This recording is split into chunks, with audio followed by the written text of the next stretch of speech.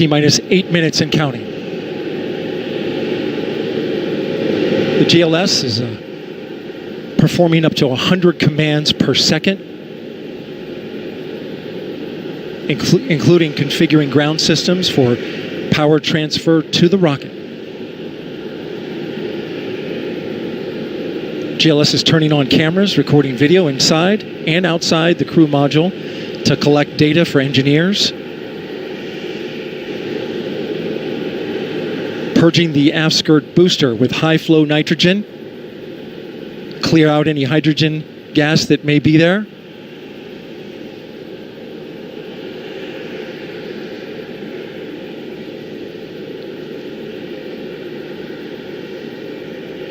You can see the crew access arm is already retracted. When there is crew during Artemis 2, it would happen at T-minus 6 minutes.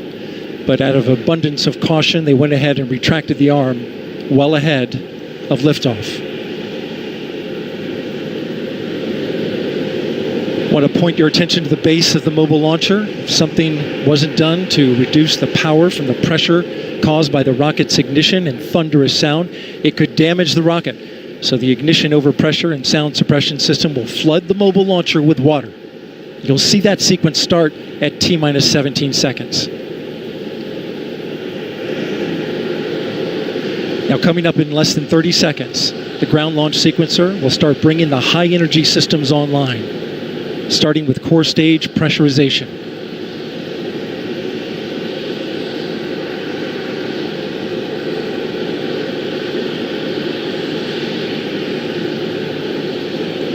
Firing room 1 is completely silent as they listen for the next call. GLS's go for core stage tank pressurization.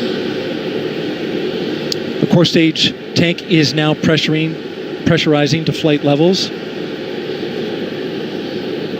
The replenish valve to the liquid hydrogen tank now closing. The liquid oxygen tank will come a little later. Now we're arming the Orion ascent pyros and transfer to internal power.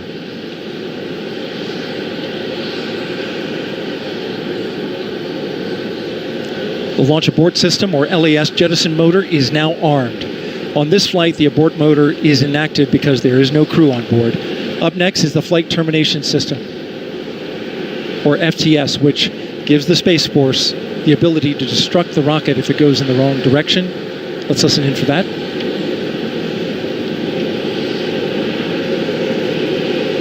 GLS's go for FTS arm. The flight termination system is now armed.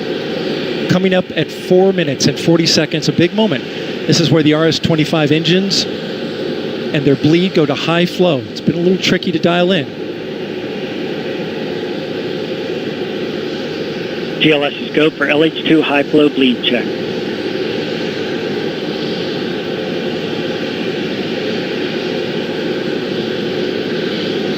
Good word, we've passed that. The cryo team got the LH2 engine bleed pressure loop dialed in.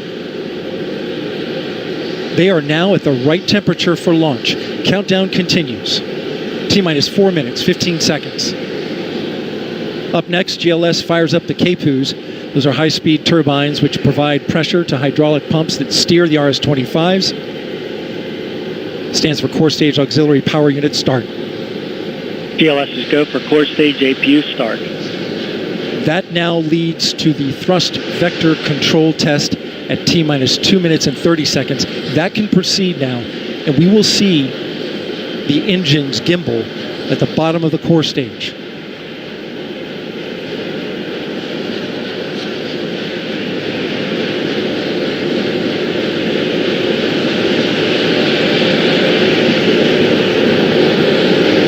T-minus 3 minutes and 10 seconds, you will hear the go for purge sequence 4. That's a helium purge of the 4 core stage engines downstream of the propellant valve, getting the air and moisture out.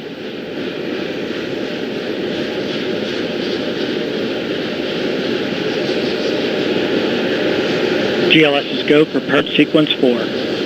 And in just a few seconds, GLS will close the core stage LOX vent, liquid oxygen. The white vapor cloud caused from the super cold gaseous oxygen condensing the water in the atmosphere will disappear. You see it coming out there now. And there it goes. It's closed. LOX vent closed. Pressure rising in the core stage LOX tank to flight levels. Coming up in 15 seconds, look for that thrust vector control actuator test. Engines will gimbal.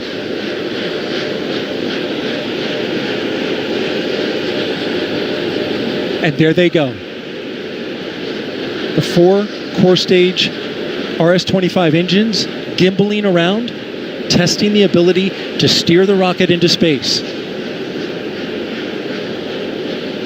They will operate at 109% performance.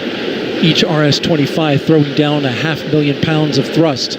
All 4, 2 million pounds. All together with the boosters, 8.8 million pounds of thrust. GLS is go for upper stage to internal power. Now the upper stage has gone to internal power.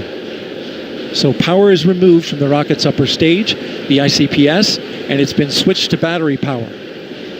The same milestone is coming up for the core stage at T-minus 1 minute and 30 seconds.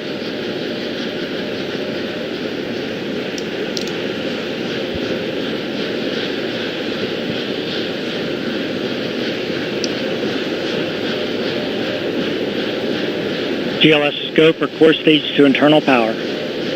The rocket's core stage, which houses the 3 flight computers, is now on battery power. So there is no more hold time available because there's no more margin on the batteries. So if we have a hold, we'd have to recycle back to T-minus 10 minutes and recharge those batteries.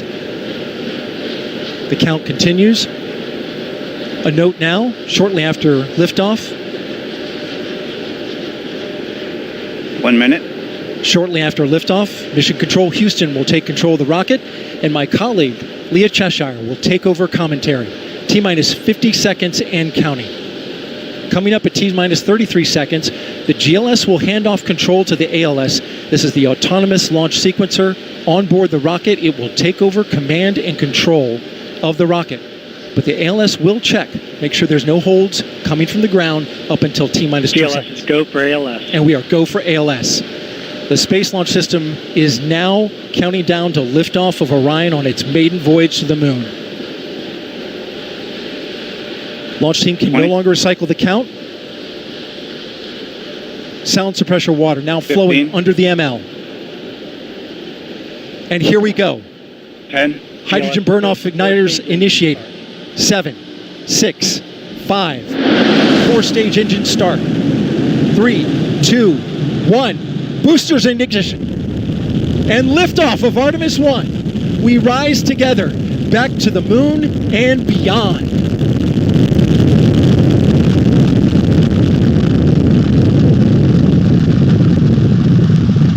All 4 RS-25 engines on the core stage and 2 solid rocket boosters now propelling the vehicle at 128 miles per hour.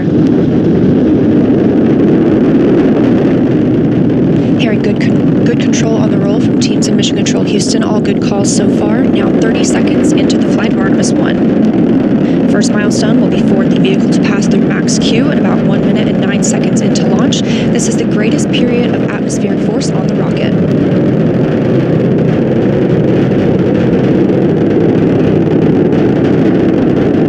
SLS now traveling 607 miles per hour.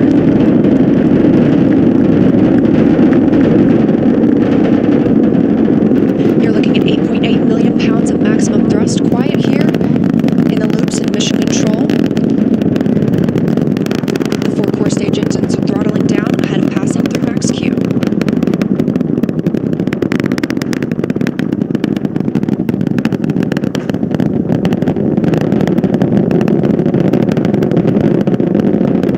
Now 1 minute, 21 seconds into the flight, traveling at 1,420 miles per hour. The 4 core stage engines are back at maximum thrust. The next major milestone will be for the solid rocket boosters to cut off and jettison at about 2 minutes and 11 seconds into the flight, so about 30 seconds from now. Again, quiet here in Mission Control Houston as teams continue monitoring the flight of Artemis 1. We're now 16 miles downrange from the launch pad at Kennedy Space Center, traveling over 2,800 miles per hour.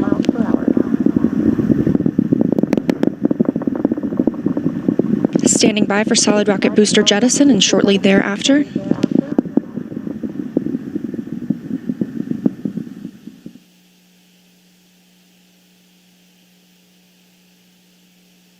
Confirmation that the solid rocket boosters have separated, these 177-foot boosters. Now the core stage continues to power the flight of Orion, all four RS-25 engines firing, traveling over 3,400 miles per hour, 46 miles downrange. 2 minutes and 36 seconds into the flight. Hearing nominal calls here in Mission Control Houston. We've still got 4 good engines on the core stage. Next up, we'll be looking for the service module fairing to separate. This is 3 15 by 15 foot fairing panels, providing structural support, protecting the service module. Those will separate at about 3 minutes and 11 seconds into flight, and very shortly thereafter will be followed by the launch abort system separation. Just over 3 minutes into the flight of Artemis 1, now traveling over 4,060 miles per hour, 83 miles downrange. We just had confirmation that the service module fairing has separated.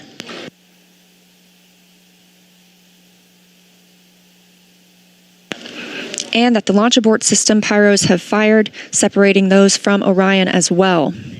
For future crew members,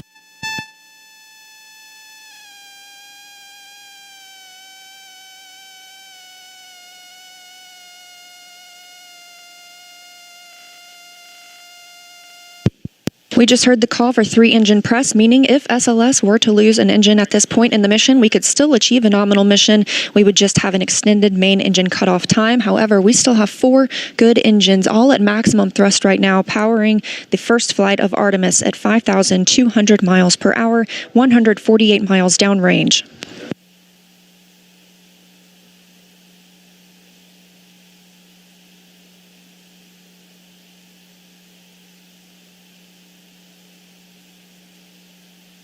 We're 4 minutes and 16 seconds into the flight of Artemis 1.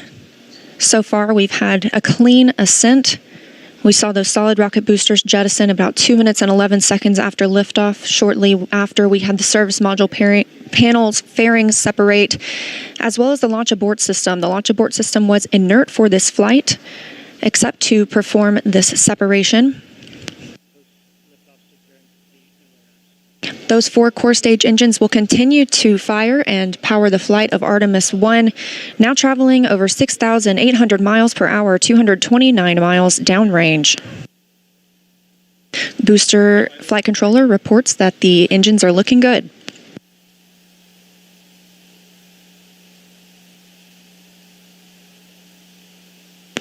Our core stage main engine cutoff time is about 8 minutes and 3 seconds. We are now at 5 minutes and 11 seconds into the flight, 7,656 miles per hour.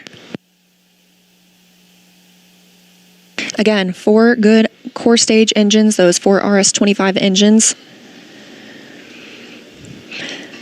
The last time those core stage engines flew, they were taking space shuttles to orbit, and now with upgraded capabilities, they're launching the future of human spaceflight.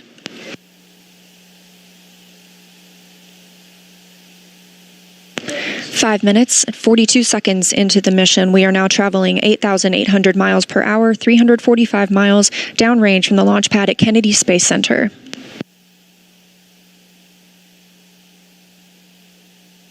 Again, we are anticipating core stage main engine cutoff at about 8 minutes and 3 seconds.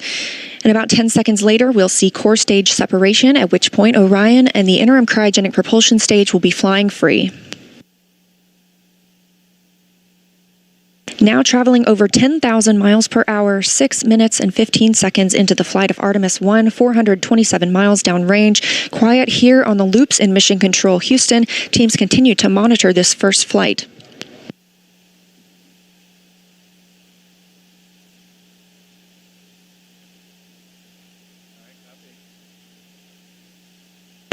About a minute and a half now until that core stage main engine cutoff time. Our 4 core stage engines continue to fire at maximum thrust.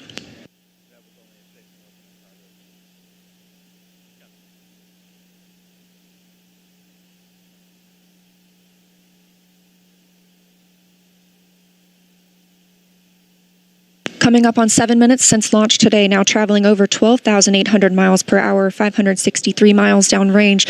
Again, still quiet here in Mission Control, Houston.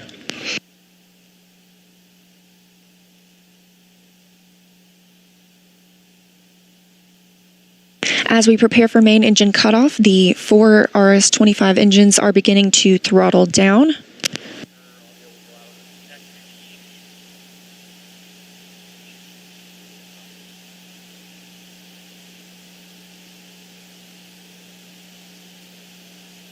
"30 seconds now until core stage main engine cutoff. All 4 engines continue to throttle down.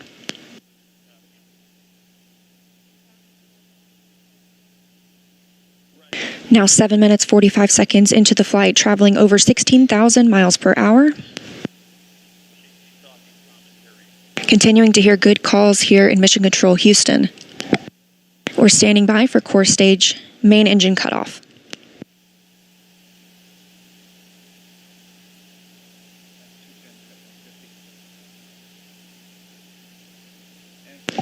And we have confirmation of core stage main engine cutoff. Orion is now in Earth's orbit. The flight dynamics officer reports that we have a nominal main engine cutoff. And we just heard the call for core stage separation. That means Orion and the interim cryogenic propulsion stage are now flying free from the core stage of the Space Launch System. The next milestone will be solar array deploy approximately 18 minutes after liftoff. But before Orion stretches its wings, let's check back in with our friends at Kennedy Space Center and hear all about what it was like to hear the rocket roar off the launch pad. Megan and Kayla, I've got to hear all about it. Well, if you're just joining us, welcome to NASA's Kennedy Space Center, where we just watched Artemis 1 launch, our first step towards our next adventure into deep space. As Leah said, I'm NASA's Megan Cruz, and this is NASA astronaut Kayla Barron. And I'm kind of still giddy and speechless. I don't even know how to explain how I'm feeling right now. I feel the same way. This is the first launch that I've been able to watch in person.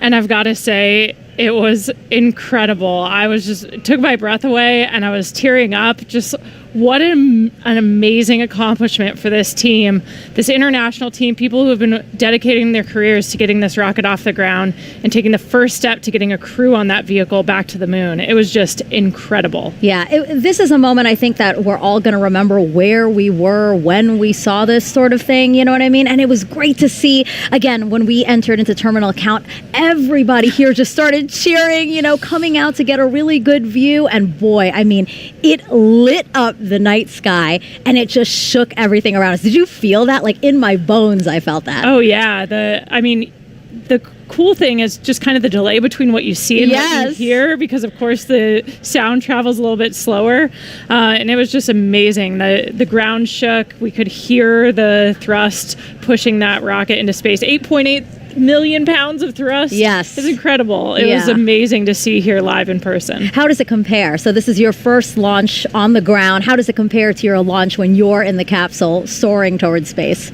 I mean, equally emotional, I think. Yeah. We train for everything, and so when we're in that capsule waiting for launch, we're just running our procedures. You could almost trick us and say that we were in the simulator and it wasn't real. But like in that moment of liftoff, when the thrust builds underneath you, like we saw it today, it's just hard not to be overwhelmed by the emotional experience, the excitement, the joy of that moment. It's incredible. Yeah, I think we can't say it enough. This team really deserved this moment. They've been working so hard for this moment. When I heard that we got into terminal count, it was, I felt a sense of relief and excitement for them that I think everybody here did. We really wanted them to succeed. We really wanted to see the launch today. And wow, I will never forget this. Me neither. It was an incredible experience to be here and see that happen. Yeah. Was there anything that was particularly surprising to you? Again, this is your first launch. What were you expecting? I think we also had a nighttime launch for our launch. And so I think one thing you underestimate is how much it lights up the night sky. Yes. We were able to watch it all the way through that trajectory. We were able to see the boosters separate and everything. So it was just an incredible view. It's amazing how much you get to see of the flight path when it's at night and sliding up the sky. Yeah, and I don't know if you noticed this, but we see the moon here, and the trajectory of the rocket looked like it was flying towards me. You know what I mean? I was like, oh my God, that's so poetic. It's so beautiful. I'm so glad we launched today. Yeah. Wow. Congratulations to the team. It's incredible. We're going to head over to Daryl, who was at the launch team. Daryl, you got to count us down through that, through liftoff. I mean, how was that being in the launch control center with them? Well, Megan, it was something else. I got to tell you, you're looking live inside the firing room where Charlie Blackwell Thompson is about to address her team after a whole lot of hard work and preparation to get to this moment. Let's stand by and listen to her now. Comm check. But you can't hear it in the room. Can you guys hear me? No. Hey, Jeremy, can you see if you could turn something on to answer the microphone? The press side can hear me, but the room can't. The room can't. You can hear me? Because the guys...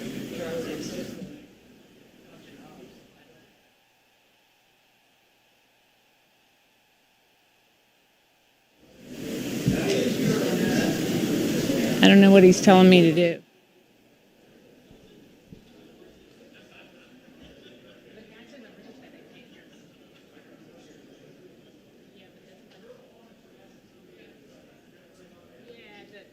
My team can't hear me, so I'm...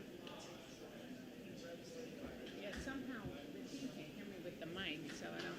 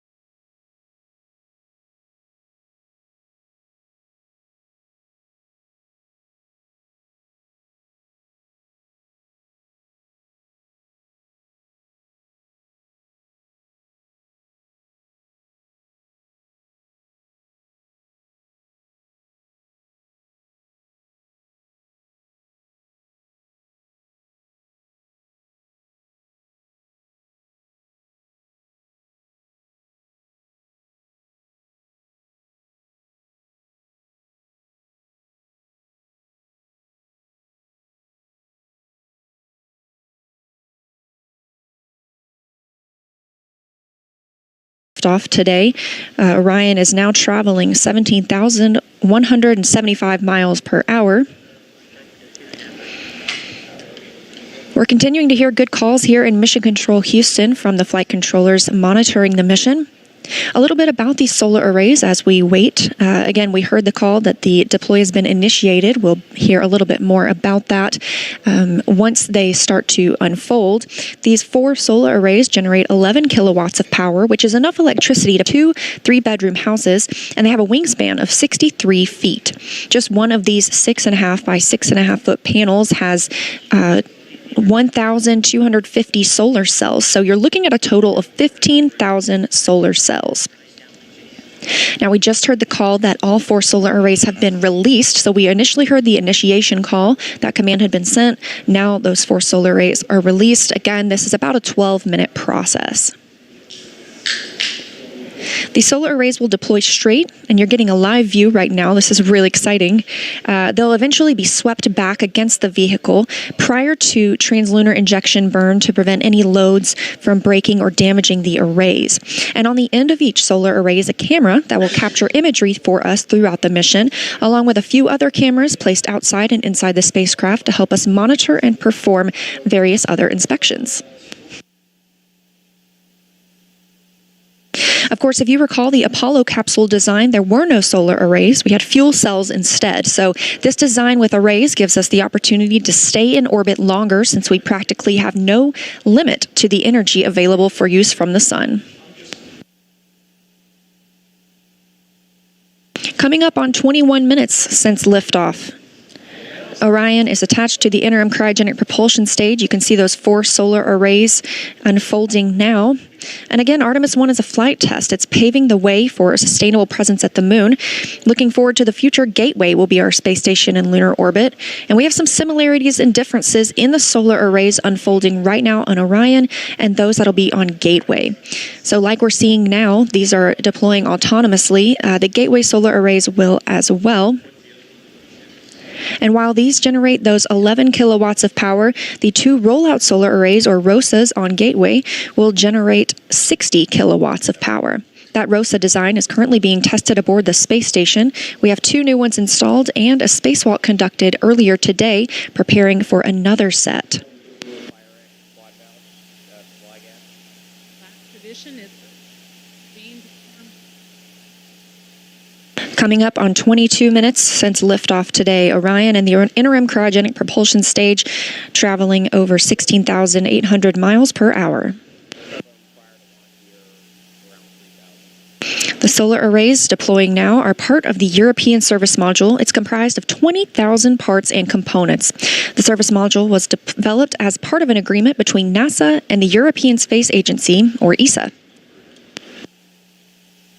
This is the first time NASA is using a European-built system as a critical element to power an American spacecraft.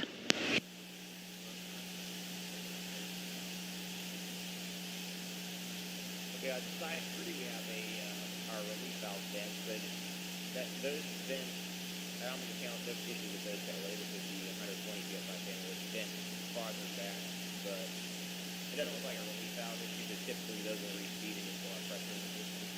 Yeah, I would say it's probably a broken line. Those lines do travel up from room A5, and they go out the side of it, and then go up the tower. So probably right there would be most likely where you would go.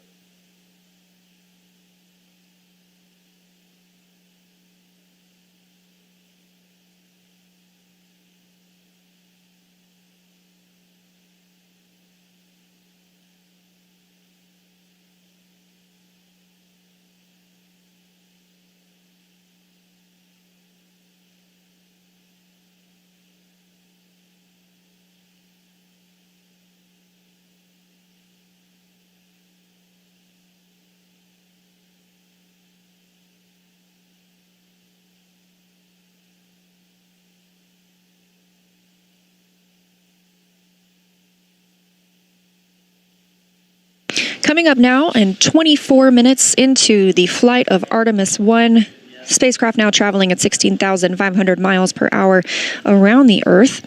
We are in solar array deploy, and we have confirmation all 4 arrays are deployed.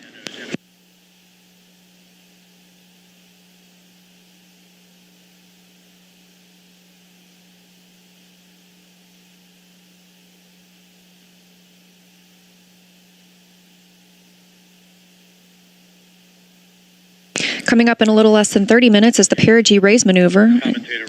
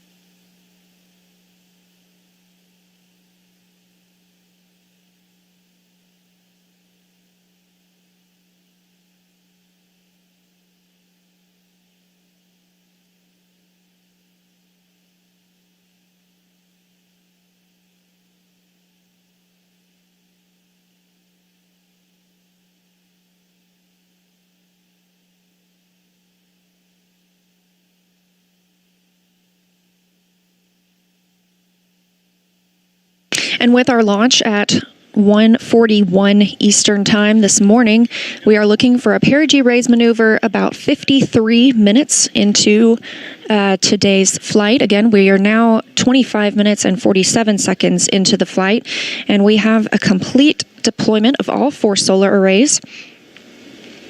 Orion's journey to the moon continues as planned. Again, looking forward to that perigee raise maneuver. That'll be coming up again at about 53 minutes into the mission, so about 27 minutes from now. During the perigee raise maneuver, the interim cryogenic propulsion stage will use its RL-10 engine to lift the lowest point of Orion in Earth's orbit. The current orbit is more of an oval shape than a perfect circle, and this burn will raise that point closest to Earth and make the orbit more circular. This will also include a checkout of Orion's systems and any adjustments to the solar arrays. It'll be a short burn, less than 30 seconds long, but critical to keep us on track, and it also prepares us for the next engine burn to send Orion to the moon. That's the translunar injection burn. That'll come up a little later, which is a longer burn, another firing of the RL-10 engine on the interim cryogenic propulsion stage.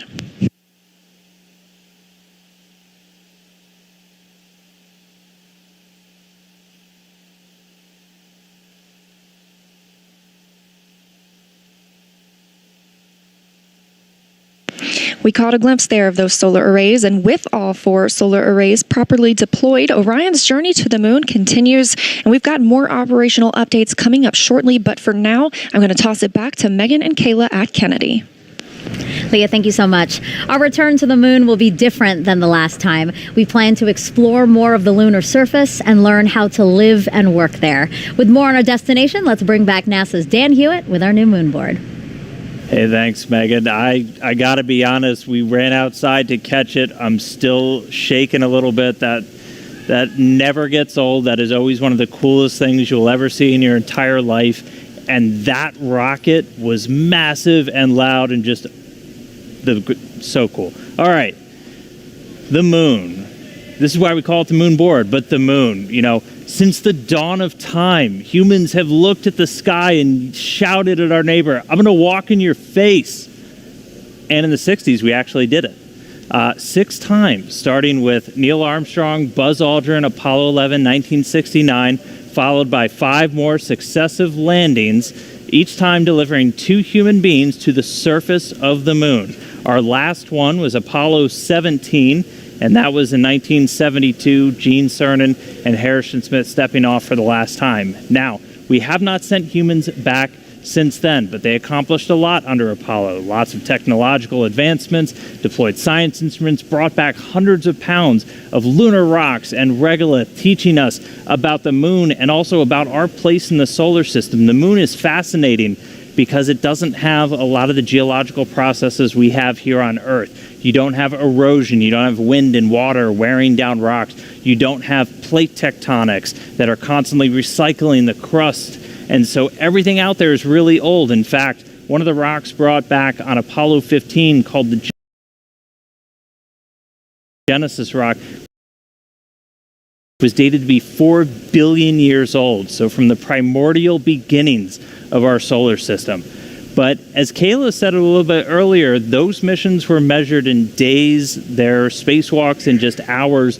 With Artemis, we're looking to go and we're looking to stay. And we're not looking around the equator like under Apollo, we're looking at the lunar South Pole. Now, why? So we haven't sent people since the 70s to the moon, but we haven't stopped studying it. We've had orbiters like the Lunar Reconnaissance Orbiter, which has literally just been flying loops around the moon, taking high-resolution images of the surface, so high resolution that you can look them up. They have images of all the different Apollo landing sites, and you can actually see the footprints, the paths they left in the lunar regolith of those sites. We had a mission called L-Cross, which slammed a probe into a crater on the moon, sending out material, some of which potentially hadn't seen direct sunlight for billions of years, and then analyzing what shot out. And through missions like that and others, we've been able to find that there is water ice trapped in those permanently shadowed areas on the moon, and a lot of them center around that South Pole. We have already identified 13 potential landing sites for the Artemis 3 mission. And these are where we're going to send our astronauts around the lunar South Pole to access that water ice. Now, why water? Why are we caring about water? Well, it serves a lot of purposes. Obviously, for humans, you need that to breathe. You can split water apart, get oxygen for breathing gas for an atmosphere. If you have a lunar base, you can split it into oxygen and hydrogen. That's rocket fuel. We just launched the most powerful rocket in history using those constituent parts. And so you can start to live off the land. We can use that, something called in situ resource utilization. And really, the whole point of that is to use the moon as this proving ground. We're trying to get to Mars. We're trying to learn to live on other planets where there is gravity, where we're going to have to use resources there on the ground because we won't be able to bring everything with us. And by going to the lunar South Pole, by going to stay under Artemis, we're going to be able to start practicing that. We're going to perfect those systems, perfect those techniques and operations we need to do that so we can use the moon as that jumping off point to Mars and beyond. So that's why the moon. We're going to see Orion fly around it for the very first time in just a couple of days. That launch was spectacular. I'm still way too excited, but can't wait to see some shots of the moon from up close from Orion. So I'll send it back over to you, Megan. Thanks so much, Stan. So right now we're actually joined by members of the Red Crew. You'll remember from watching the launch coverage that the Red Crew was sent out by the launch team when the launch team identified a small leak on a hydrogen valve inside of the mobile launcher. Well, now here they are. This is Trent Annis. Trent, can you just introduce everybody else here on your team? Yeah, so this is Chad. He's our safety guy. And behind me is Billy. And he's the experienced hydrogen tech out here. And the three of you guys really, I would say, saved the day today. I mean, really, you guys had to go in there to what's called the blast danger zone. You guys are specially trained to be able to do operations on the pad while cryo is loading. Talk to us about getting that call, being told, hey, you guys need to go in there. And it was the first time for all three of you. Yeah, all I could say is we were very excited. I was ready to get up there and go. Really? How were you guys feeling? I was very, very comfortable, very confident in the test team and the procedures and our training. We did a great job. Walk us. Oh, sorry. Go ahead. So how gratifying it must be for you guys, because you train for this eventuality, but don't always get to do it. Billy was saying that he's been a Red Crew team member for 37 years, and this is the first time he's been called to go into the blast danger zone. So I know for us, when we're training for all of these eventualities, whether it's a spacewalk or robotics operations, you really want to put that training into practice. How do you guys feel like it went today? Amazing. I still can't believe it. It's surreal to me. It's just insane. Yeah, kind of walk us through what you were thinking. So you get there, and what? Is it just like game time and you're really focused, or, how are you feeling? Yeah, I'd say we were very focused on what was happening up there, just making sure we knew what was happening. Because the rocket's, it's alive, it's creaking, it's making venting noises, it's pretty scary. So on zero deck, my heart was pumping. Mm-hmm. My nerves were going, but yeah, we showed up today. I think as soon as we walked up the stairs, we were ready to rock and roll. And they were telling us a bit about it while you were working on it. You guys were actually just torquing down the valve to prevent or reduce the leak rate or stop the leak. Is that right? That's right. Just the packing gland. It was a little loose, so went up there and tightened her up. You're probably still like in this, oh my gosh moment, like all of us are.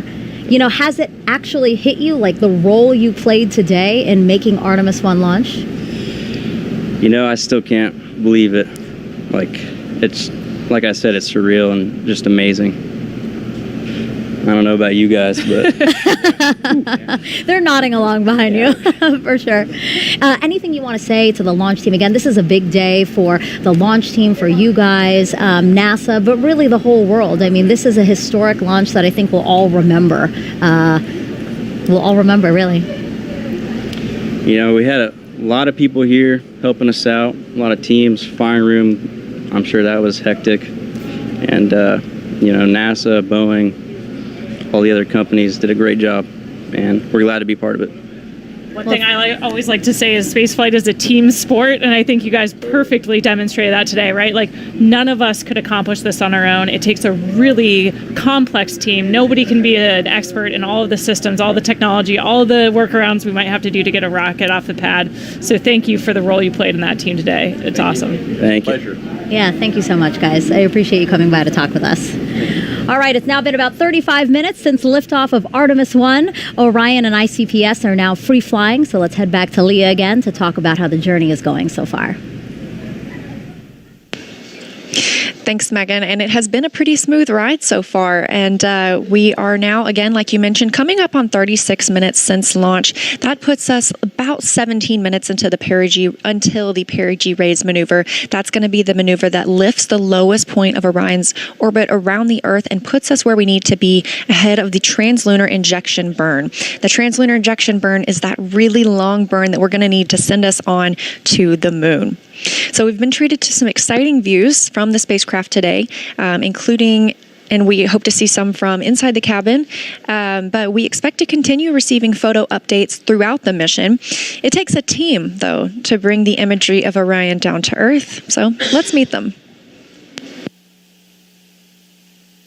The imagery that we're collecting on Artemis 1 and the mission itself is preparing to carry humans to the moon.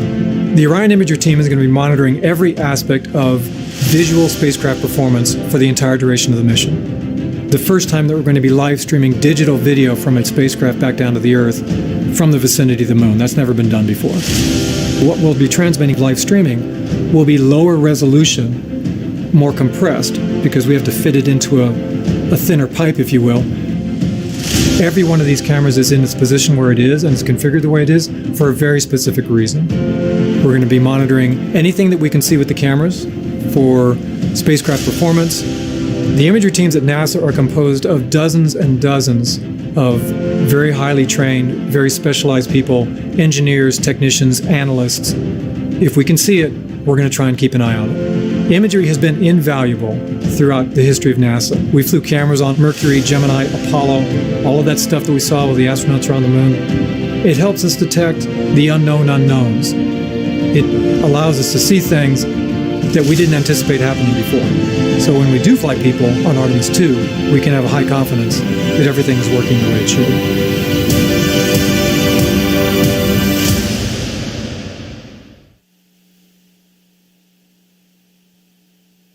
I love getting a look at those teams that we don't normally see, like the red team that Megan and Kayla just got to interview. A really big thanks to them and everyone that made this liftoff happen tonight.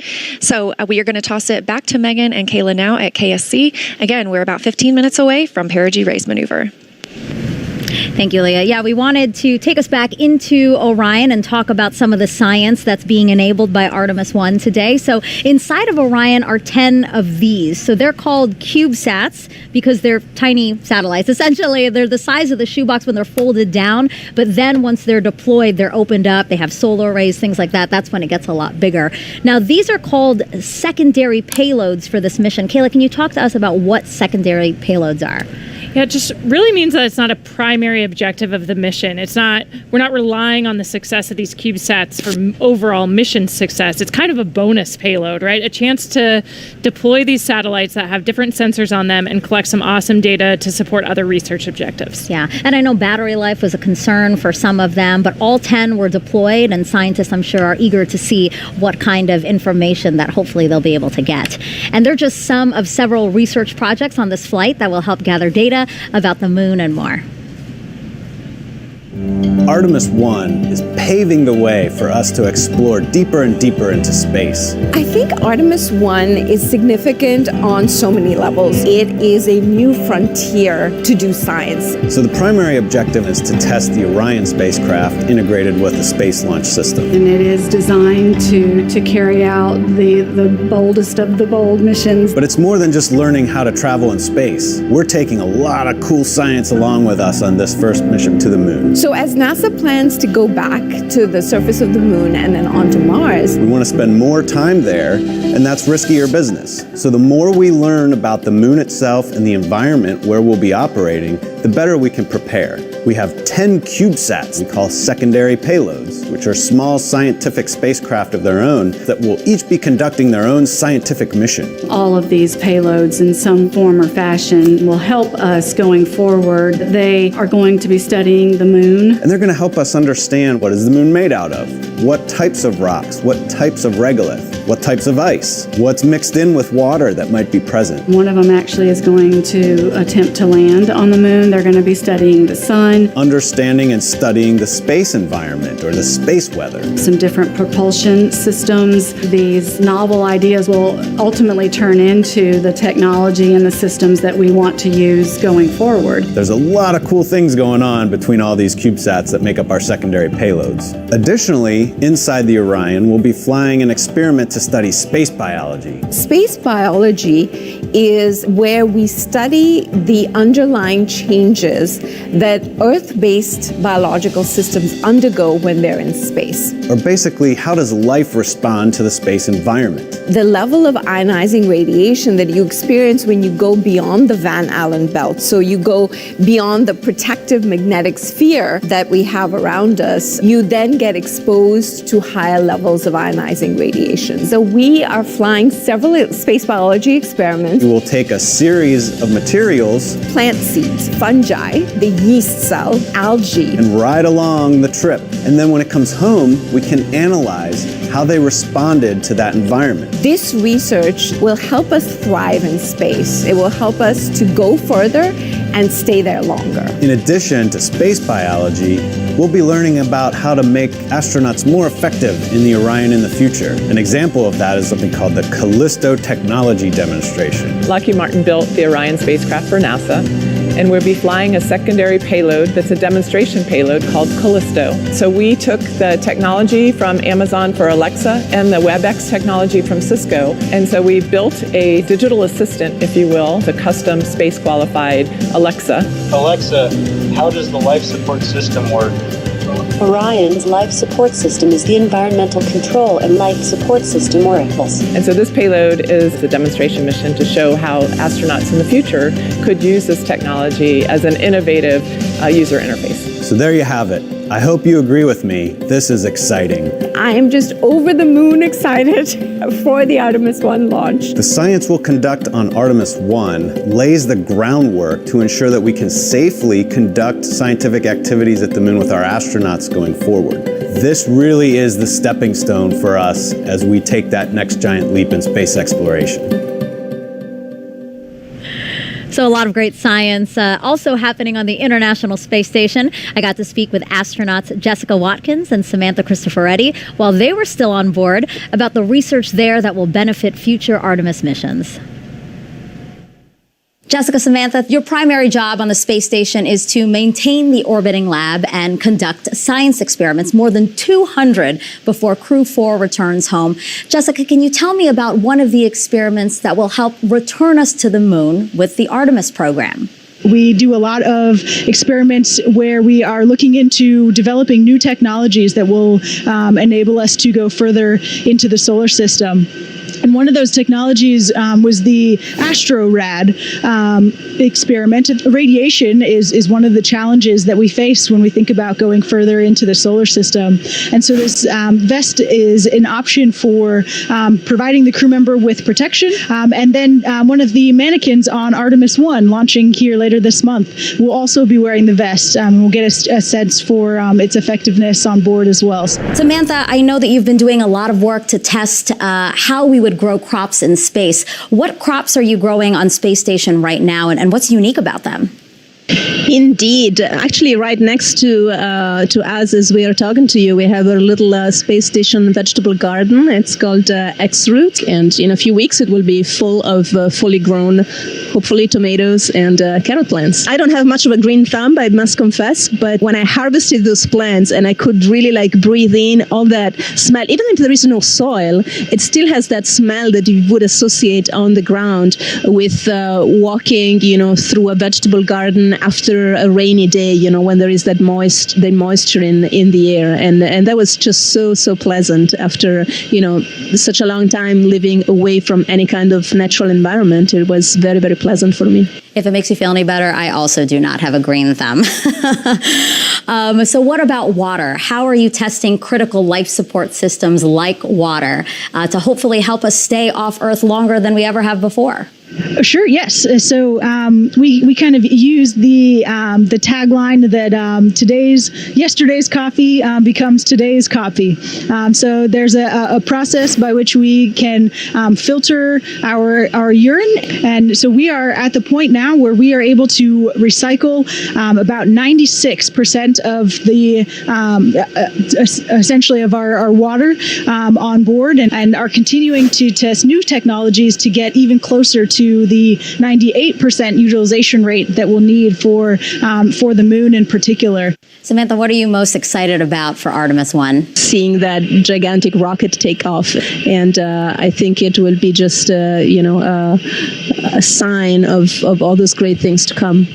Jessica, you could one day walk on the moon as part of the Artemis program. How does that make you feel? The idea of being able to explore the surface of another planetary body, especially for me as a geologist and a planetary geologist specifically, is just super exciting. All of the science that we're going to be able to conduct from the surface of the moon. Jessica, Samantha, thank you so much. And before you go, I'd love to see a flip.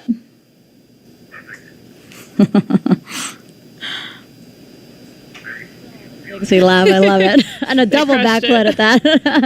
Now, Kayla, you, of course, lived and worked on the International Space Station as part of Crew 3. Do you enjoy, or did you enjoy doing all those science experiments while you were there? It's a lot of hard work. Yeah, it's incredible to be a part of every single experiment. It's an honor to play a small role in it. We got to do some really cool tech demonstrations while we were up there too. So for me as an engineer, that was really fun. That's a photo of me doing the first scanning electron microscope samples on the International Space Station. And it was cool for me because I worked with a scanning electron microscope in my graduate school research that took up it was as big as this desk. Oh. But seeing a miniaturized version of those that we have up there, and imagining how we could use it in a lunar or Martian laboratory to better analyze samples and decide what to bring home was really exciting. Yeah, and you touched on this earlier before, but I do think it's just so important to note again that you're doing science for scientists who've been working on their studies for decades, some of them. So to fulfill that, how does that make you feel? It's incredible. We're almost like their laboratory technicians for that little moment in time, but they've been working their entire life, sometimes decades, years, to get that science payload up there. And it's a really unique laboratory environment. The microgravity environment, the space environment, the radiation environment, like you heard talked about in those videos, provides an opportunity to do science that we just can't do here on Earth. Yeah, and to think that what we do on the International Space Station can fuel future Artemis missions, I think the fact that they go hand in hand is really cool. All right, so let's take some more social media questions. Social media is buzzing right now since we launched about 48 minutes ago. So why don't we take the first question, I think, again, from actor... Oh, no. Let's see. Kayla, how do you feel after launch? Super inspired. I mean... we talked about it earlier with the Red Crew and in the moments just after launch, but this is really the culmination of a giant team effort. It takes every single member of our team to pull off a successful launch. It's incredibly complicated, incredibly challenging, and in some cases kind of dangerous for a Red Crew team who went inside the blast danger area to make a fix that was critical to today's launch. And so to see the team succeed and feel that excitement was incredible. I really still have Charlie Blackwell Thompson's words ringing in my head. The fact that she said the harder the climb, the better the view. Absolutely. 100% correct. All right, next question is from actor Jack Black. He starred in a movie called Apollo 10.5. He has a question for Kayla. Okay, Jack's final question, I promise. Let's talk about Orion. How long will it take for Orion to fly around the moon and come home? And what's that re-entry going to be like? Sounds like it might be a little hot. Coming in hot. You're exactly right, Jack. It is a 26-day mission that we have planned for Artemis, where it will go to the moon, go into a distant retrograde orbit, so we'll get a few close flybys and then some time in deep space past the moon. And then, yeah, that re-entry is going to be something else. It's going to be 5,000 degrees Fahrenheit, super hot. And so we'll be looking at how the heat shield performs just to ensure that it'll be able to protect the crew for that speed and temperature. That's half as hot as the sun. Yes, it's incredibly hot. So we rely on that heat shield to keep our systems and our crew safe. But we expect that it'll perform well, but we're excited to see how it does in about 26 days. Okay. One last question from social media. What qualifications are required to become an astronaut? You have to study STEM. You have to have a master's degree or higher in a STEM field. But besides that, we're looking for people who are awesome team players. So there's a lot of different roads to become an astronaut. We seem to be getting a lot of questions about how people themselves can become astronauts. I think that's really cool that we might see and inspire, again, people who might think about becoming astronauts. Absolutely. Okay. Well, thank you, Kayla. And thank you for those who sent in those questions. We are about 50 minutes after the launch of Artemis 1, and we are approaching the next critical milestone. That's perigee raise maneuver. So let's head back over to Leah in Mission Control. Thanks, Megan. And you're right, we are coming up on perigee raise maneuver about 2 minutes from now. We are now 51 minutes into the flight of Artemis 1 after lifting off at 1:47 a.m. Eastern Time from Kennedy Space Center. The vehicle now traveling over 14,600 miles per hour. So during Orion's orbit of Earth, it reaches an apogee and a perigee. The apogee is the highest point above Earth's surface and the perigee is the lowest. Therefore, this perigee raise maneuver is a firing of the ICPS RL-10 engine, and it's going to raise the lowest point of Orion's orbit over Earth. This also included a checkout of Orion's systems and any adjustments to the solar arrays. All 4 of those solar arrays, as you can see, are swept back. That's going to keep them from having any loads imparted that might damage them for use later in the mission. This also, the perigee raise maneuver, will put us in the proper position for the translunar injection burn. That's that really big and long burn that we need to send us to the moon. We're about 1 minute away from the perigee raise maneuver. This is a shorter burn. It's less than 30 seconds.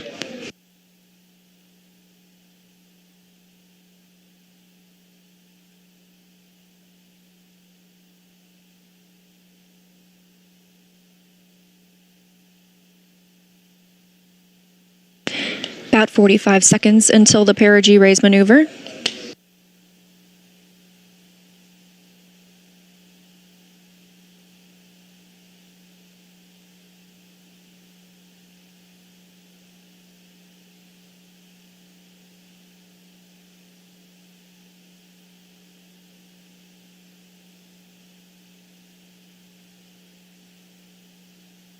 Coming up on 53 minutes into today's mission, and we are standing by for the start of the perigee raise maneuver. Again, this is a firing of the RL-10 engine on the interim cryogenic propulsion stage. It's less than 30 seconds long.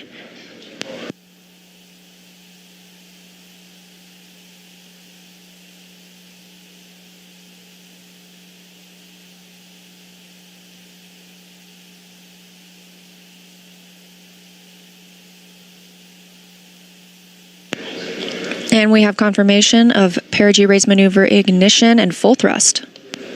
This is a live view from the spacecraft. Again, a really short burn. We're standing by for the cutoff.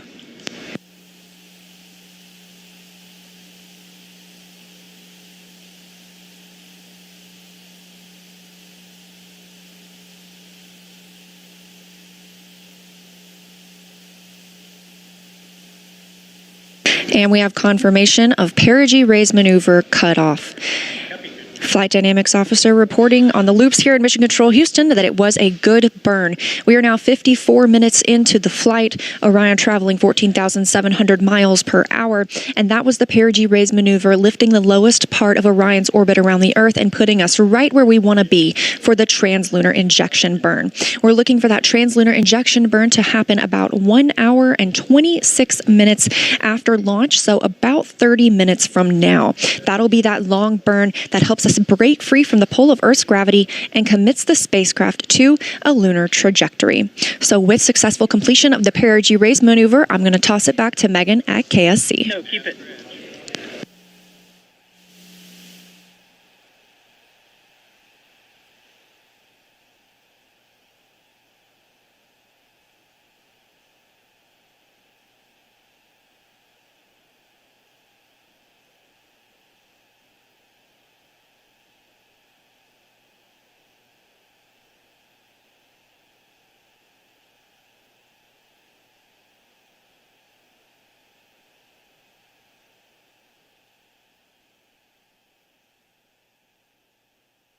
Test. I hope you didn't miss it, but if you did, we have a quick replay of the launch here. Sound suppressor water now 15. Flowing under the ML. And here we go. 10. Hydrogen burn-off igniters initiate. 7, 6, 5. 4-stage engine start. 3, 2, 1. Boosters in ignition.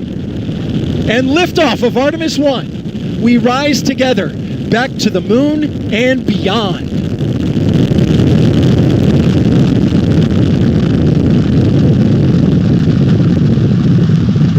All 4 RS-25 engines on the core stage and 2 solid rocket boosters now propelling the vehicle at 128 miles per hour. Hearing good control on the roll from teams in Mission Control Houston. All good calls so far. Now 30 seconds into the flight of Artemis 1. First milestone will be for the vehicle to pass through max Q at about 1 minute and 9 seconds into launch. This is the greatest period of atmospheric force on the rocket.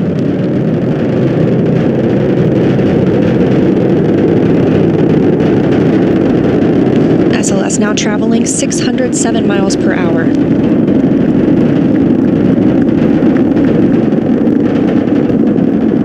You're looking at 8.8 million pounds of maximum thrust. Quiet here in the loops in Mission Control. The 4 core stage engines are throttling down ahead of passing through.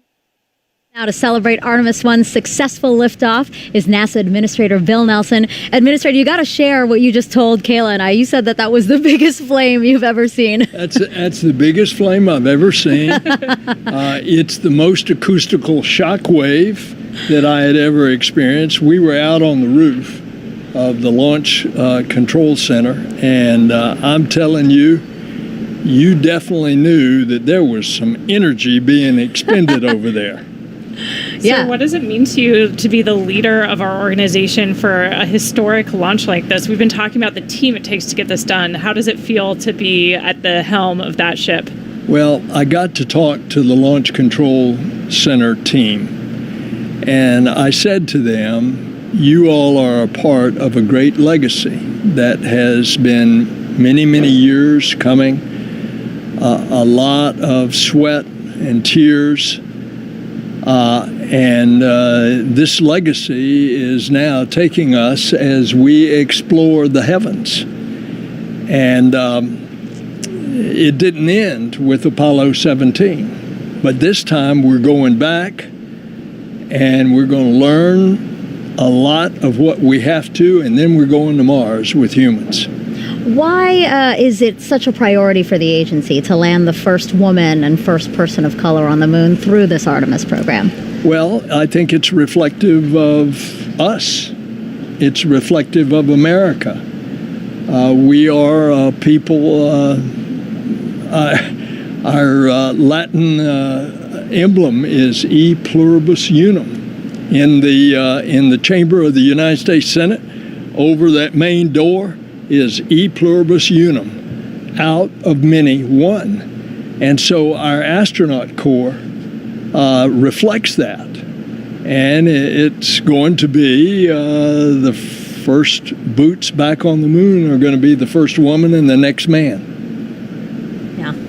And another goal of the Artemis program is to spur economic development. Can you talk to us about how this program has been able to do that for the country? Well, if you put it in NASA's economic report terms, it's billions of dollars affecting the economy, almost 400,000 jobs. But that's just direct. Think of all the indirect expenditures that are causing the economy to rise and more jobs. For example, what you guys are doing on the station, a lot of your research. Take, for example, the pharmaceutical research. You're helping already one drug that's being manufactured on Earth better because of what you learned in space, and that drug is attacking cancer. Now, what's the value of that? That's just additional value that is added. I remind everybody, in everybody's pocket, they've got a cell phone, and that's got a camera. And that's a camera on a chip that came out of the NASA space program. That's right. Absolutely. In addition to those innovative new technologies and the economic impact, I think for me, seeing this launch today, it's so palpable, just that human desire to explore. What do you think about what we're doing to inspire the Artemis and the generations to follow us? Well, I think all you have to do is walk into a classroom of kids and look how their eyes get big when you start talking about space. And that is going to multiply itself many-fold as we go back to the moon and then on to Mars. It's also going to bring about a new generation of engineers and mathematicians and technologists and scientists, and all the benefits of that additional activity and education coming out of the Artemis generation. Look what that's going to do for our country and our economy, as well as for our international partners. And it's a great day. Couldn't have said it better myself. Administrator, thank you so much for joining us for this momentous occasion. As you said, this is the beginning of a new age in space exploration. Thank you so much. Thank you, ma'am. And Kayla, that's going to do it for us here at the host desk. Launch was just the first step in a nearly 26-day mission. Our colleagues in Houston will now continue the broadcast to bring you the next big milestone to the moon. From Kayla and me, have a great day, and go Artemis 1. Go Artemis.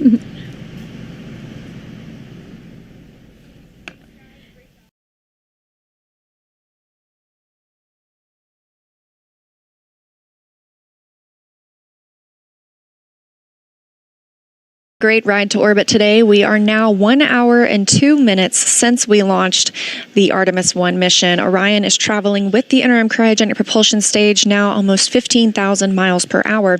We recently saw the perigee raise maneuver. That's where we lifted the lowest point of Orion's orbit around the Earth, and it puts us in the perfect position to prepare us for translunar injection burn coming up in about 25 minutes.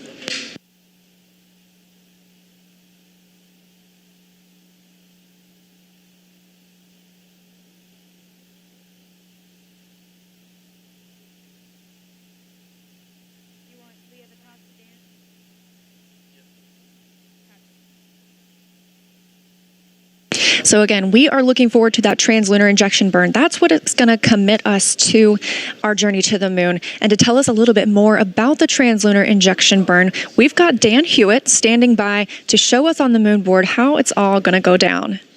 Hey, thanks, Leah. Everybody, welcome back to the moon board. So, translunar injection, this is the big one. Just a refresher, we're going to be using this, the interim cryogenic propulsion stage. This is what's taken over for all of our in-space propulsion maneuvers after that core stage and those boosters have since dropped away. Modified upper stage from the Delta IV family of rockets from United Launch Alliance, hydrogen, oxygen, fueling the RL-10B-2 engine produces about 24,000 pounds of thrust in a vacuum. Now, the translunar injection is what's going to give us the energy to go from low Earth orbit all the way out here. Now, what does that mean? Here comes a really overly simplified orbital mechanics lesson. Let's say you're in orbit around a planet, say Earth, and you're in a nice circular orbit, but you want to have that orbit be even higher. Well, what you can do is fire your engine behind you, increase your speed, and that then increases the corresponding apogee, or the highest point of your orbit, on the other side, and that's how you raise it up. Well, if you wanted to make it into a nice circle, you could follow up and do another burn right here, and that would raise your perigee, or your lowest point, and then you're in a circular orbit around Earth. That's essentially called a Hohmann transfer. If you've ever followed our missions to the space station, that's what we're doing to kind of gradually raise our orbit until we get to the space station. But for this, we're talking about a lot more energy to get somewhere a lot farther away. So what we're essentially doing is we're going to be in this circular orbit around planet Earth, and we are going to be firing that engine with 24,000 pounds of thrust for about 18 minutes. And what that does is it doesn't just increase your apogee by a little, it increases it all the way out, and it's timed. So by the time Orion is hitting its apogee, the highest point of that orbit, the moon will have moved into position that you're entering into its sphere of influence. You're entering into that area where the lunar gravity is going to be able to capture you. And so that's why we're firing the engine for that long. We need to have that much thrust, that much time to get the energy to go out there. So that's the rough orbital mechanics of what we're doing. Now, after that TLI burn is done, the ICPS is going to separate. Its job largely done in the Artemis 1 mission. As we heard, it's got some secondary payloads up in this stage adapter here that it's going to deploy on its way out. The ICPS will have one more burn after TLI called the disposal burn. And what that's going to do is put it on a trajectory almost looking parallel to that of Orion, where it's going to go around the moon, slingshot away, and then go into what's called a heliocentric orbit. It's actually going to go into orbit around the sun, just like Earth. It's going to leave the Earth-Moon system completely. And then after that, all of the propulsion duties get handed over to the European Service Module. So it'll be using its engines. It's going to do the outbound trajectory correction burn, at least the first one on flight day 1, and a couple more until we get out to the moon and get ready to head into distant retrograde orbit. So that's TLI. It's coming up next. It's going to be a really big moment to pay attention to. So we'll send it back over to Leah to walk us through the ops. Leah.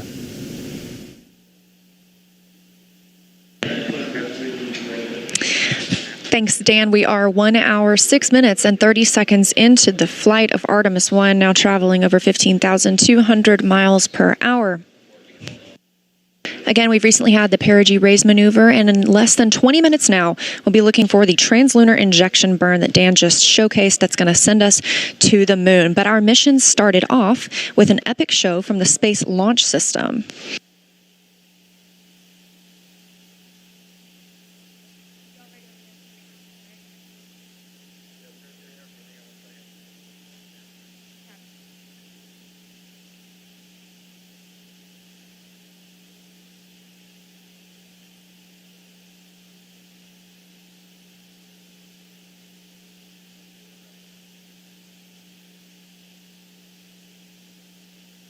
Again, the Space Launch System is what carried us into orbit today, launching off at 1:47 a.m. Eastern Time. And we've got a couple of special guests from Marshall Space Flight Center. We have Bruce Tiller, the Solid Rocket Booster Manager, and Johnny Heflin, the RS-25 Engine Manager, to tell us more about the maiden voyage of the rocket. Now, they both got to watch it live at Kennedy Space Center. So a big hi to you, Bruce and Johnny. Thank you so much for joining us today. Thank you. Thank you for having us. Yes, pleasure to be here. And can you tell me a little bit about SLS performance today? Did it perform as you expected? Go ahead, Bruce. You want me to start? Go ahead. Sure. So I managed the booster part of the rocket, and the boosters were fantastic. They performed just as we expected. We got to see some of the data. Obviously, the team hadn't plotted it all, but the pressures looked great. You know, it burned for just the right amount of time, and it separated great. We could see that as well. So very pleased. We were confident it would work well, and it did. Very happy. Similar story for RS-25, nominal, what we call nominal performance. The engines performed exactly as predicted based on the quick look data. Like the booster, we've got a lot of data to look at, but so far the data looks really, really good. These historic RS-25s that have 25 flights between them on coming off the shuttle program. So really looking forward to getting a look at the data. It looks really good so far. That's fantastic, and we agree. It was amazing to monitor here, and the loops were very quiet in Mission Control Houston. That was a good sign. You knew that things were going well. So we know that the launch abort system was inactive for this mission, but it will be active for when we have crew on board for Artemis 2. Are there any other differences we can expect to see in the rocket for Artemis 2? So for the boosters, by and large, no. If I talk about the boosters from top to bottom, we are going to make one change, though, because the crew is on it. We're going to have a delay timer in there so that if for some reason they need to abort, we have a few seconds there before, after they abort, before the termination system destroys the rocket. So we will add that, but other than that, nope, these boosters will be the same. Second flight is the first. Same story for RS-25. It will be the next set of 4 heritage engines from the shuttle program. Configuration-wise, they'll be the same as what we flew today. Then I'm glad it all went so well. And so after you get that data back from today, what's next for your team? Well, for my team, we've still got a ton of work to do. We're not only, we're working on at least 3 flight sets at the same time, and so we've got 2 and 3 and 4 to work on. We also are working on a new booster that's a composite case design that will replace this steel case version that we're flying today. So we're excited about that, and there's a lot of work going on there as well. So we've got a lot to do, and we'll just keep doing it. So RS-25, super busy as well. We have the Artemis 2 engines have already been delivered to MAF, and they're on schedule to be installed in the Artemis 2 core stage in mid-January. We're also about to start the certification test series for the new RS-25 engines that we're building. We have heritage engines for the first 4 flights. Beyond that, coming in on Artemis 5, we will fly what we call the RS-25 restart engines that have been redesigned to reduce cost and reestablish manufacturing for future flights. So we're really excited to get into that certification test series really soon as well. All right. Well, thank you both so much again for joining us. I'm glad that you got to watch the launch, and a major congratulations to you and your teams for all of the effort that you've poured into this. Go Artemis. Great day. Great day. Thank you so much. All right, and we are now 1 hour and 12 minutes into the flight of Artemis 1. We are traveling at orbital velocity. Again, Orion is currently attached to the interim cryogenic propulsion stage, which recently performed the perigee raise maneuver. And we are standing by for translunar injection burn, now less than 15 minutes away. It's going to be about an 18-minute burn that will commit us to the moon.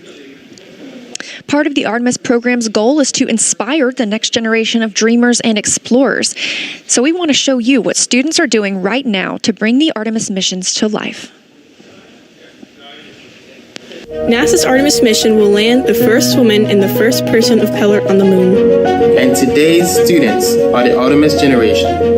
If you're a student, you can design and build technologies that support the Artemis mission with NASA's Artemis Student Challenges. No matter your background or experience, you're invited to choose a challenge that interests you, whether it's rockets, robots, tools, software, vehicles, or other technologies, there's an exciting challenge for you. To find a mentor and build a team of students. Review the rules and requirements and bring your ideas To life with NASA's Artemis Student Challenges. Visit stem.nasa.gov/Artemis and see how you can join one of NASA's mission-related student challenges.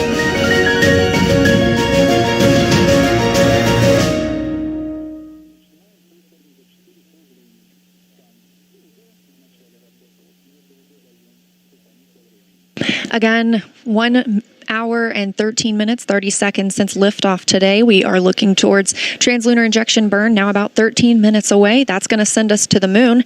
But did you know that you were invited to fly on the first Artemis mission too? Earlier this year, NASA asked the public to create a pass to virtually board Orion. Anyone who signed up got to include their name on a flash drive. I know my name is on there. And that flash drive is on Orion right now for its journey around the moon. It has more than 3.3 million names.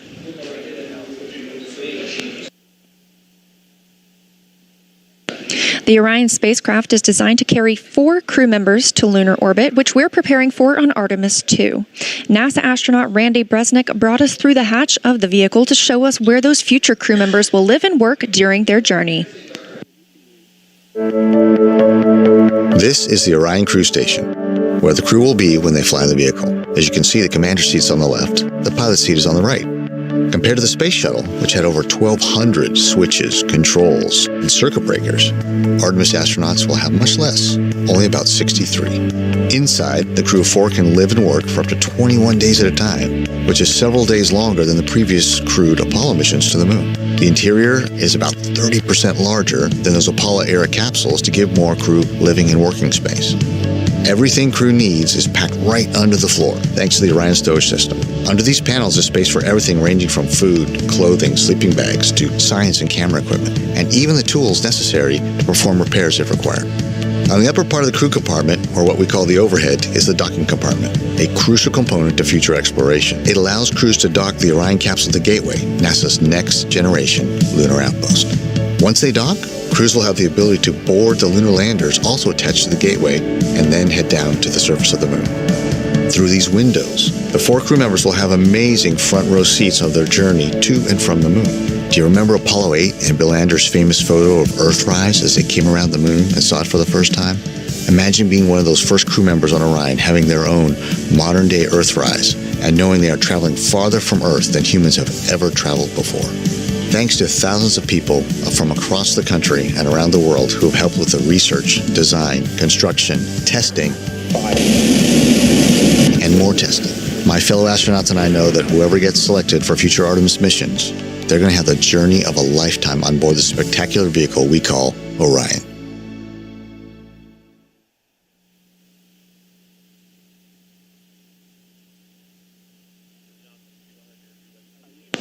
We're now coming up on 10 minutes until the translunar injection burn.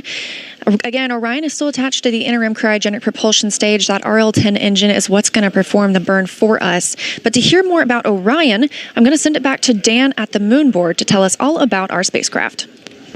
Hey, thanks, Leah. Welcome back to the moon board and Orion. So it's still attached to ICPS, still flying on the very upper part of SLS, but pretty soon it's going to be flying free. And after that happens, it's going to take over all of the propulsion, all of the flying, everything for the rest of the mission. And so to talk a little bit more about propulsion, let's focus in on this, the European Service Module. So this is what's going to be doing all of our maneuvers after we're done with ICPS and that translunar injection burn. And it's going to be doing that with a mix of 3 different types of engines. First one here on the bottom is the Large Orbital Maneuvering System engine. This one produces about 6,000 pounds of thrust. That's going to be doing a lot of your really major pushing maneuvers when we get into the powered flybys, the insertion into distant retrograde orbit, the burns to start sending us back home. That's the one that's really applying the most force. It can also gimbal, which essentially means it can swivel around, and that can help your steering. It's helped out by these 8 auxiliary thrusters. They're in pairs. Those are a little bit smaller. Each one of those produces about 105 pounds of thrust each, but they add some additional push to that orbital maneuvering system engine. And then we also have 24 reaction control system thrusters, these smaller ones that you can see all around Orion. Those are used for a lot of attitude control. So again, which they can help which way you're pointing, but also small translational maneuvers. So moving side to side, up, down, those can be called into play. Now, all of those engines share a common fuel source. They're using what are called hypergolic fuels, a mix of a fuel and an oxidizer, in this case monomethylhydrazine and nitrogen tetroxide. Now, those are long names, and they're hypergolic fuels. What does that mean? A hypergolic fuel essentially means you take your fuel and your oxidizer, you put them together, you get a reaction. You get an exothermic reaction, which creates that thrust, which comes out. You don't need an ignition source like we have on SLS, which is using oxygen and hydrogen. They're extremely reliable. They're very stable. You don't have to store them at cryogenic temperatures, which is really necessary for smaller spacecraft in orbit because it takes a tremendous amount of electrical energy just to keep fuels that cold. And so we can store them at a much closer to room temperature, essentially, when they're on board this spacecraft. So that's all of the primary propulsion that's going to take over. And again, that's going to be after we get through translunar injection. We're going to be doing correction burns on the way out, a number around the moon as we hang out in distant retrograde orbit for about a week, and then eventually sending us on the way back home. But still attached to ICPS right now, going to detach shortly after that burn is complete, and then Orion will be flying free, the service module pushing it for the rest of the way. So with that, I'll send it back over to Leah as we get closer to that TLI burn. Thank you, Dan. And yes, indeed, we are looking for TLI coming up in about 7 minutes from now. Again, that's it's a long burn for us, about 18 minutes long. But before we get to that milestone, I have a friend of mine here. It's Stu McClung, the Program Planning and Control Office Chief of Staff for the Orion program. Stu, I am so glad that you could join us today. Thank you. Good morning. Good to be here. So how is the spacecraft performing so far, and what's next? So far so well. Good. We were clean during the pre-launch and ascent. So the team's down the hall in the MER taking a look, working everything. It looks good so far, so that's good. And of course, we got the burn coming. After the burn, we'll start ticking through all of our planned events. Like we have a the SAW modal survey. The wings will have a modal survey that we'll do later this morning. One of the first DTOs that we'll take a look at and evaluate how they react. So DTO, designated test objective. What's another one of those that we'll be looking at over the next 26 days? We have probably a good 100 of them. They, culminate from everything from like the modal survey to how the cooling system behaves, common track system. On entry day, one of our major test objectives is looking at how the heat shield and how it handles entry heating. So how does it feel to be here today and see the future of human space exploration unfold? It's great. I was doing my shift in the MER earlier today. Haven't slept. The emotion and the adrenaline's got me going. It's great to be a part of this. It's great watching watching the KSE team execute. And now this is day one for us. We've got 26 days for our team to execute now, and we'll go do our job and set the stage for future Artemis exploration. And we're excited. We're going to be here along the way for all those major milestones, burns, all the other exciting events that we are looking forward to. So thank you so much for joining us here. We are really excited. A big congrats to you and your team. Thanks. Let's go have a good burn and let's go to the moon. Let's do it. We are now less than 5 minutes away from the translunar injection burn. Again, this is the burn that's going to send us around the moon. Going to commit us to a lunar trajectory. It is approximately an 18-minute burn. It's a firing of that RL-10 engine on the interim cryogenic propulsion stage.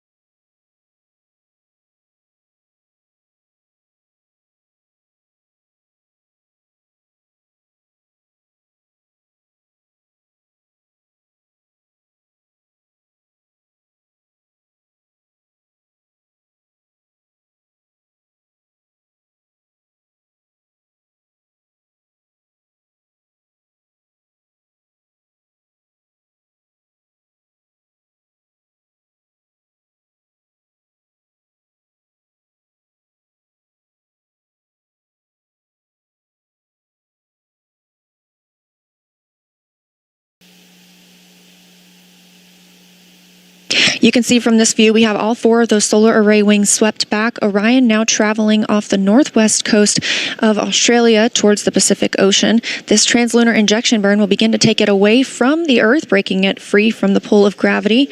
We're standing by for confirmation that the burn has started.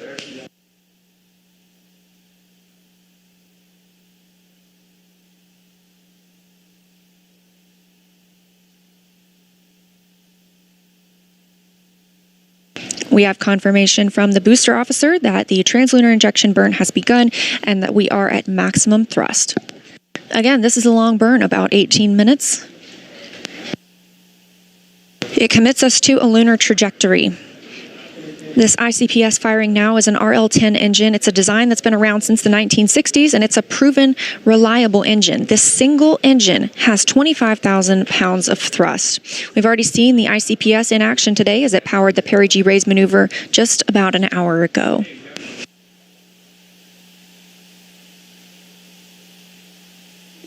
And if you look in the background, you can see the sunset of the Earth. This is the closest Orion will be to the Earth until it begins its return home. Right now, we're about 382 miles above the Earth's surface. And to put it into perspective, we are approximately 252,670 miles away from the moon.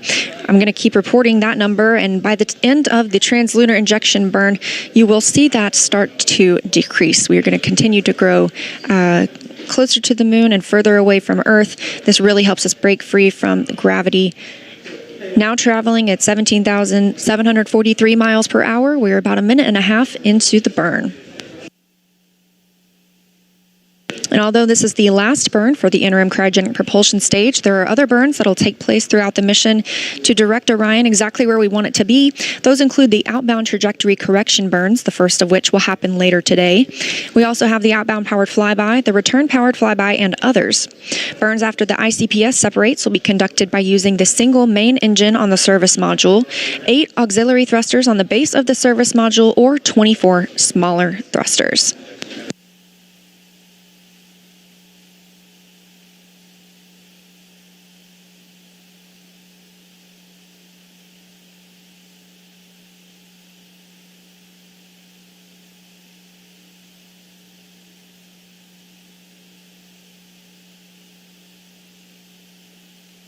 Coming up on 2.5 minutes into the translunar injection burn, and we're now traveling over 18,000 miles per hour. Again, that speed is going to increase as well. This is really going to push Orion toward the moon, and we are now 252,400 miles away from the moon.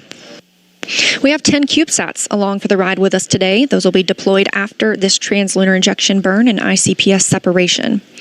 These are located inside the Orion stage adapter, and they include the Lunar Ice Cube, developed by Morehead State University in Kentucky. This will search for all forms of water with an infrared spectrometer. Luna Map from Arizona State University will create higher fidelity maps of near-surface hydrogen in craters and other permanently shadowed regions of the lunar South Pole with neutron spectrometers. Omatanashi is from the Japanese Aerospace Exploration Agency, which is also known as JAXA. They are developing the world's smallest lunar lander to study the lunar environment. And Lunar by Lockheed Martin in Colorado will perform advanced infrared imaging of the lunar surface. Now 3.5 minutes into the translunar injection burn. Again, it's about an 18-minute burn, traveling 18,560 miles per hour. Quiet on the loops here in Mission Control as the RL-10 engine continues doing its job on the interim cryogenic propulsion stage. We talked about a few of our CubeSats. We also have one preparing to study an asteroid.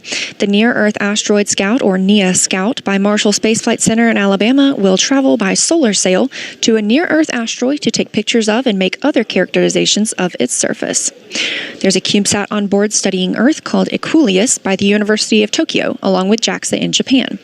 Equuleus stands for Equilibrium Lunar Earth Point 6U spacecraft and will travel to Lagrange Point 2, imaging Earth's plasmasphere for a better understanding of our planet's radiation environment.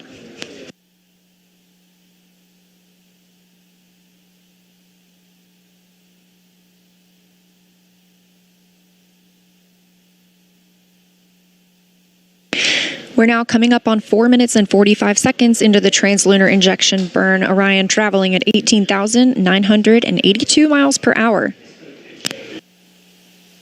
Our distance from the moon continues to decrease, now 251,900 miles away.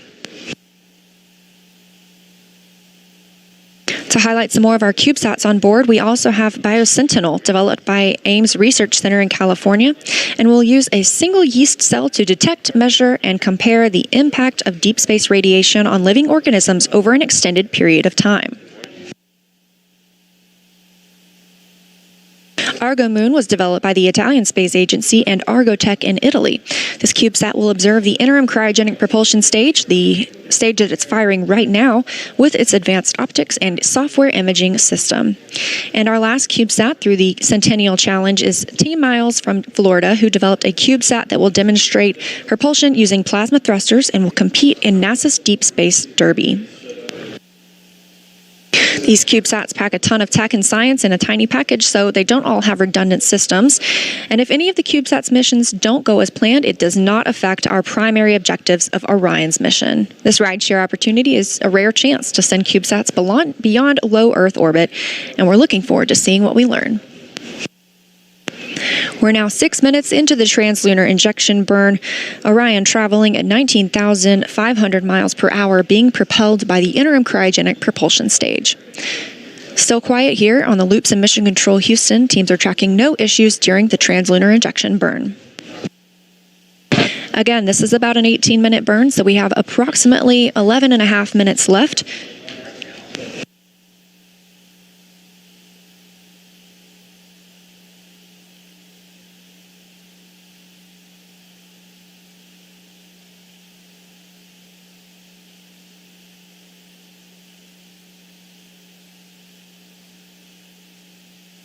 It's also been 1 hour and 33 minutes since liftoff today from Kennedy Space Center. That was a 1:47 a.m. Eastern Time launch.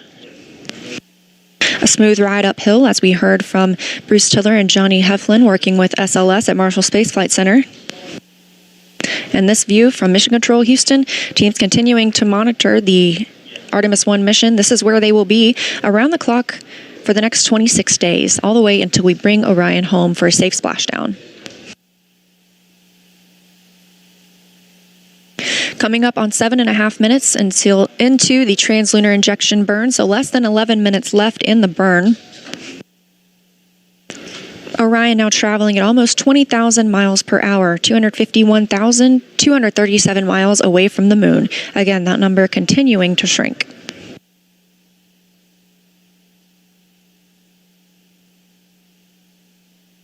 Orion itself is still over Earth. It is over the Pacific Ocean, south of Hawaii.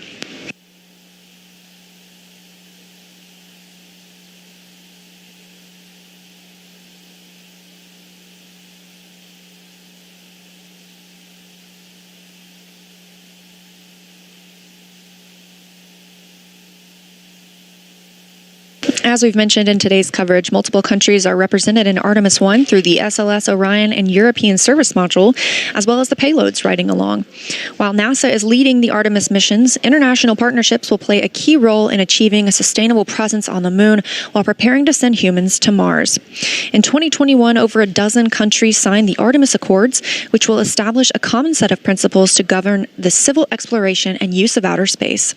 The Artemis Accords will create a safe, transparent environment that facilitates exploration, science, and commercial activities for all of humanity. This cooperation not only furthers space exploration, but also enhances peaceful relationships between countries on Earth.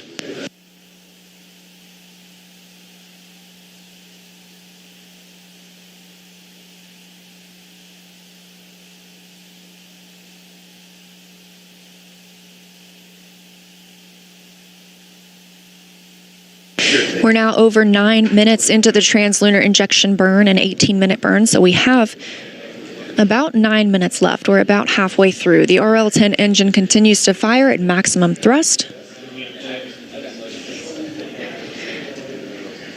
Orion traveling attached to the interim cryogenic propulsion stage, now over 20,600 miles per hour.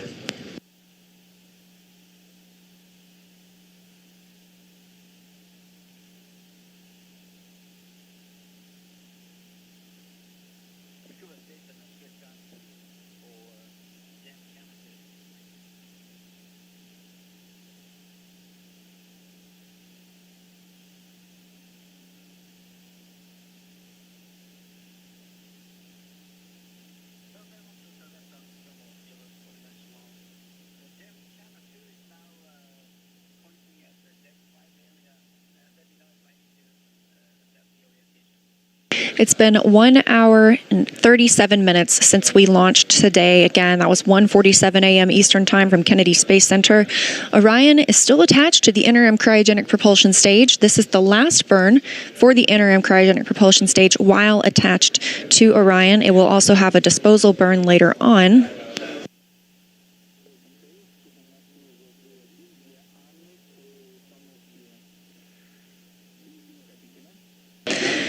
About 10 minutes after we have ICPS cut off, Orion will separate from the interim cryogenic propulsion stage itself, and the capsule will be flying free, still attached to the European service module. We've got about 7 minutes left in the translunar injection burn. Orion traveling now at over 21,000 miles per hour.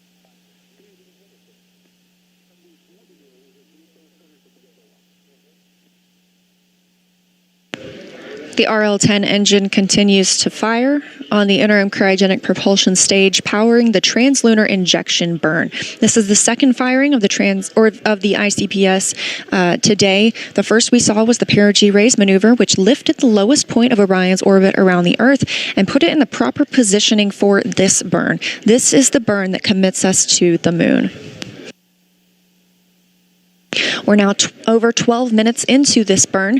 Again, it's about an 18-minute burn, so less than 6 minutes left, and 1 hour 39 minutes since we launched. Orion and the ICPS now traveling at over 21,400 miles per hour. And as I promised, we continue to grow closer to the moon, now 249,000 miles away.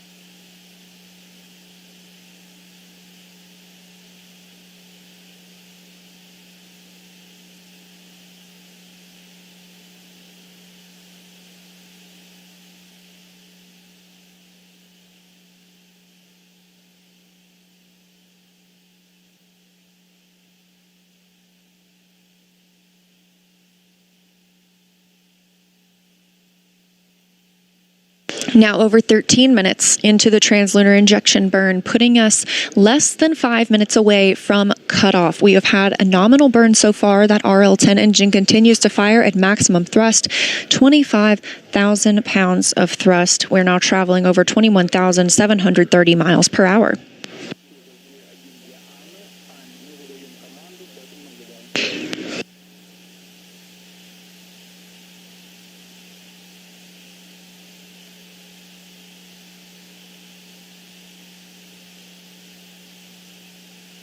And we've just heard the call for priority 1, meaning we have reached the point at which we could return at lunar return or similar speeds, testing the heat shield as required ahead of flight for Artemis 2.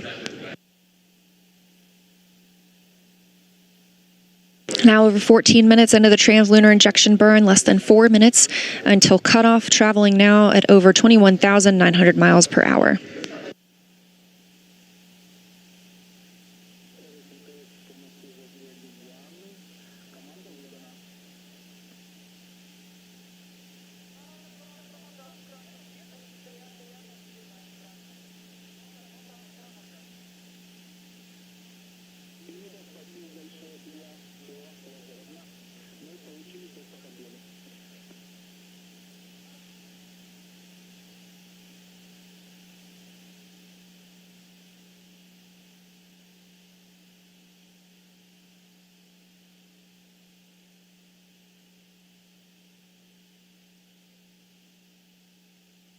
Now less than 3 minutes away from cutoff of the interim cryogenic propulsion stage, and coming up on 1 hour and 42 minutes into the Artemis 1 mission. The RL-10 engine on the interim cryogenic propulsion stage continues to fire as planned at maximum thrust. Again, this is about an 18-minute burn. That's about twice as long as the ride to orbit today, so that just shows how much power we need to break free from the pull of Earth and take us to the moon.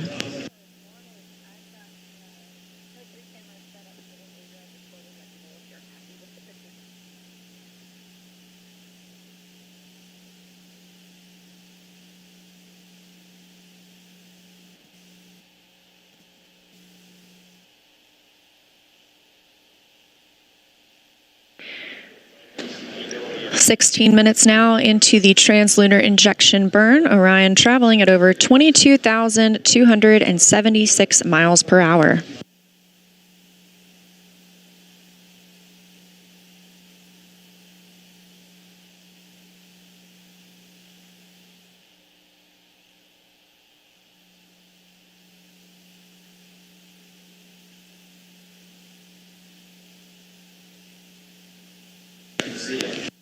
About a minute and a half now until cutoff of the interim cryogenic propulsion stage. Again, this being an 18-minute burn. We are now 248,280 miles away from the moon and continuing to grow closer, 605 miles away from Earth, and continuing to increase that distance.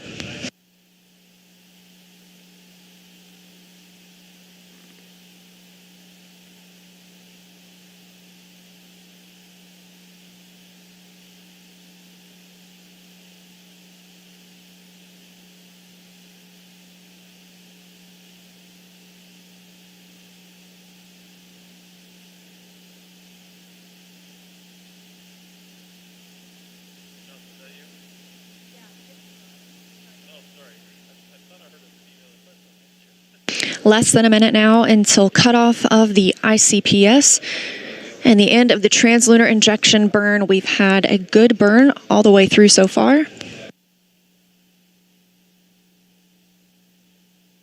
And 1 hour 44 minutes since launch today.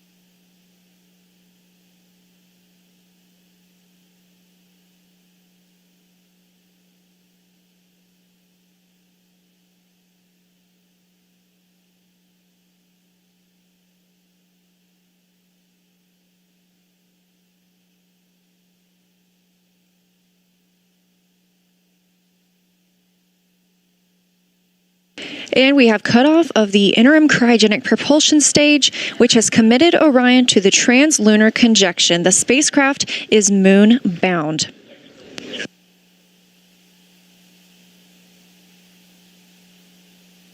Orion is now traveling at 22,500 miles per hour, 247,450 miles away from Earth. Now that the interim cryogenic propulsion stage has completed its translunar injection burn, it is no longer needed to propel us to the moon. It's done its job and it will separate from Orion. After it separates, those 10 CubeSats we discussed will be deployed from the Orion stage adapter, which is below the service module and above the ICPS. Each payload will be ejected with a spring mechanism from dispensers installed on the Orion stage adapter. And again, these will help us study the moon and space weather, test innovative propulsion technologies, analyze the effects of radiation on organisms, and provide high-resolution imagery of the Earth and Moon. The CubeSat deploys will start just short of about 4 hours after launch. Once those CubeSats are deployed, the ICPS will be on track for disposal in a heliocentric orbit, meaning it will closely circle the Sun until destroyed.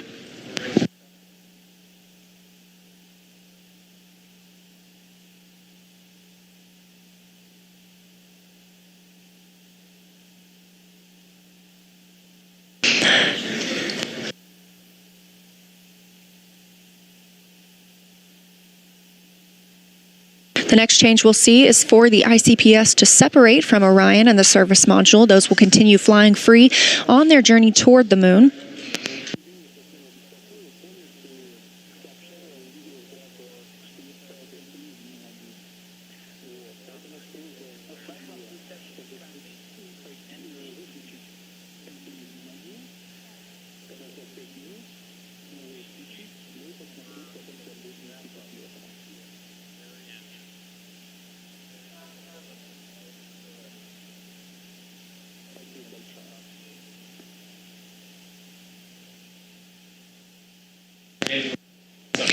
It's now been an hour, 47 minutes, and 30 seconds into the first flight of the Artemis program. Orion now traveling 21,860 miles per hour, 1,129 miles away from Earth.